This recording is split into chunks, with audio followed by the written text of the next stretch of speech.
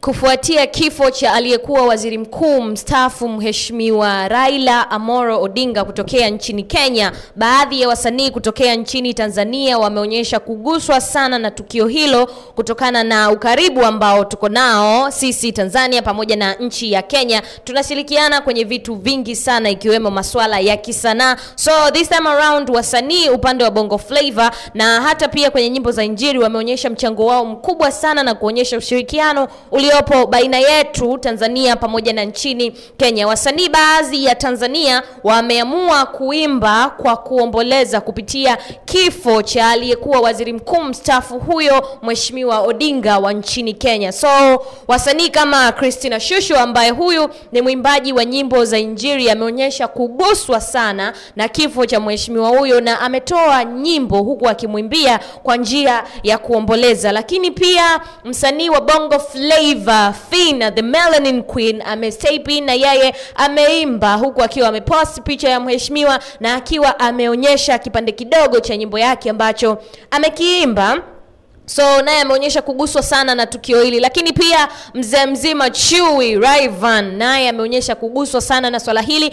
Ameonekana akiwa anaimba video ya kumuaga na kuomboleza kupitia kifo cha mheshimiwa huyo huku akiwa analia kwa uchungu sana. So hawa ni wasanii kutokea nchini Tanzania ambao wameonyesha moyo wa kuguswa na kuomboleza kwa tukio hilo ambalo limewapata majirani zetu nchini Kenya. So this is very nice kwa sababu wanaonyesha ushirikiano mkubwa sana kutokana na kile ambacho kimetokea kwa wenzetu. Wamempoteza kiongozi makini kabisa. So ikumbuka pia hata sisi tulivyompoteza mheshimiwa JPM Magufuli, wanao baadhi ya Wakenya walijitokeza kwa kutoa salamu za pole pamoja na rambirambi. So ni vizuri kwa sababu ushirikiano unazidi kudumishwa baina ya nchi hizi mbili, kwamba hatuko pamoja kwenye masuala ya furaha tu bali tuko pamoja hata kwenye masuala ya huzuni, especially hili la tanzia kutoka kwa mheshimiwa wetu Mheshimiwa Odinga. So wasanii wa Tanzania wamefanya vizuri sana na kuonyesha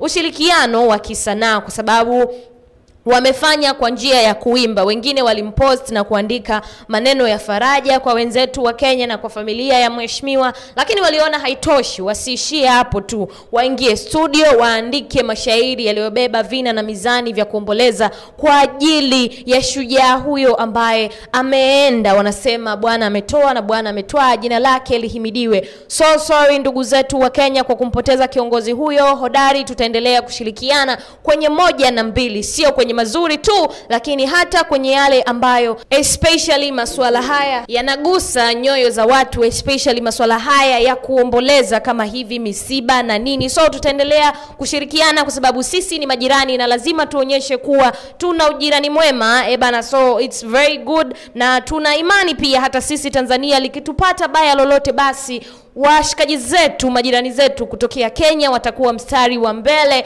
pamoja na sisi kwenye kutusupport katika hili. Mimi naitwa Wisha, kwenye mitandao ya kijamii utanipata kama Wisha23. Endelea kunifuatilia na kunisikiliza kupitia Hot Drop TV. Make sure una subscribe YouTube channel yetu, lakini pia usiache kutufollow, usiache kucomment na kulike kwenye page zetu zingine zote ikiwemo Facebook, Instagram pamoja na TikTok.